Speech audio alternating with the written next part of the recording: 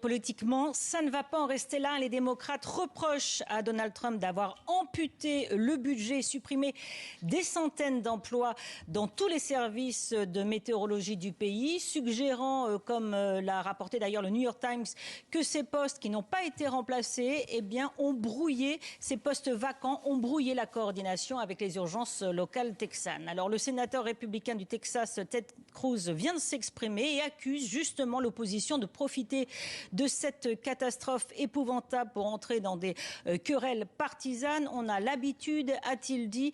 En tout cas, du côté des prévisions météo, on précise qu'il y avait suffisamment de monde au moment de la catastrophe. Même un jour férié, c'était Independence Day, le 4 juillet. Donc, il y avait suffisamment de personnel. Mais encore une fois, les démocrates, eux, veulent avoir des comptes, réclament des comptes à l'administration de Donald Trump. Et au-delà des coupes de budget, Elisabeth, il y a une autre polémique concernant cette fois le temps de réaction des autorités.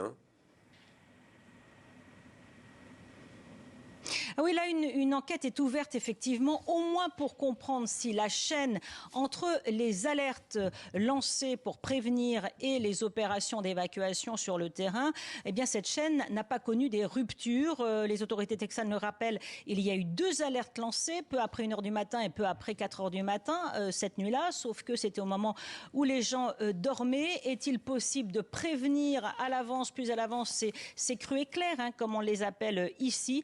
Difficile, disent les responsables locaux. Évidemment, le camp de vacances de ces fillettes aurait dû être la priorité. Le sénateur du Texas, encore une fois, Ted Cruz, le reconnaît et dit qu'il va tirer les leçons de ce qui s'est passé pour que ça ne se reproduise pas. Mais en attendant, il faudra déterminer les responsabilités et seuls les résultats de l'enquête pourront le faire. Ça devrait durer encore plusieurs semaines, évidemment. Merci beaucoup, Elisabeth.